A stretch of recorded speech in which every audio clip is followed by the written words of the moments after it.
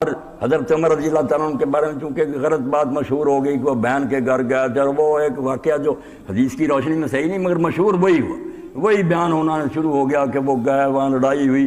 ایسی بات نہیں. اور کئی لوگ یہ بھی کہتے ہیں کہ حضور نے دعا کی تھی اور اس سے یہ نتیجہ نکالتے ہیں کہ آپ نے مانگ کر لیا، حالانکہ ان کے فضائل بڑے ہیں. تو غلط باتیں دین میں ان کو چھوڑنا چاہیے.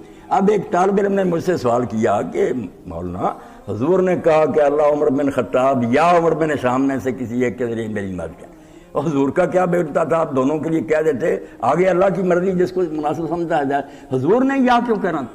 اور یہ سوال علیہ السلام میں بھی چھپا جواب نہیں ہوا.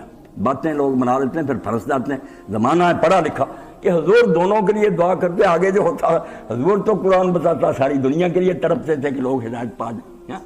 اور پھر یہ کہ کہا کہ جب عمر رضی اللہ عنہ کے اندر طلب ہی نہیں تھی، قرآن تو کہتا ہے، یہ طالب علم کا سوال ہے، یہدی الیہ من اناب، اللہ کا اصول تو یہ ہے کہ وہ ان کو ہدایت دیتا جو چاہتی. یہ حضرت عمر تو کافر تھے، مسلمانوں کو مارتے تھے، صرف دعا کی اور یہ بغیر طلب کیا ان کو مانگ لیا.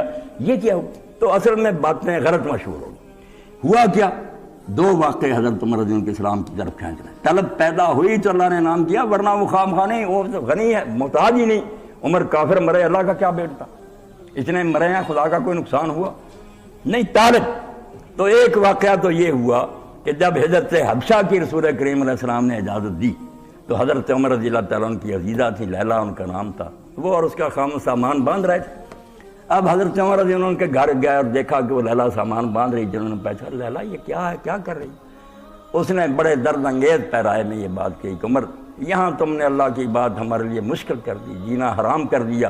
یہ ہمارے گھر سنبھالو، جائیدادیں سنبھالو، ہم یہ سب کو چھوڑ کر پردیس جا رہے ہیں.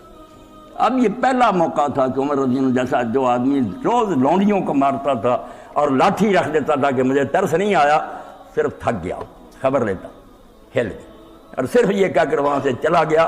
کھڑا نہیں رہ سکا کہ لیلا نہ دیکھ لے، صرف اتنا کہا اچھا خدا تمہارا ساتھی. مگر آنسو آ گئے کہ ہمارے برابر کے شریک ہیں، جائیدادیں ان کی، کیا دیکھا انہوں نے کے ساتھ.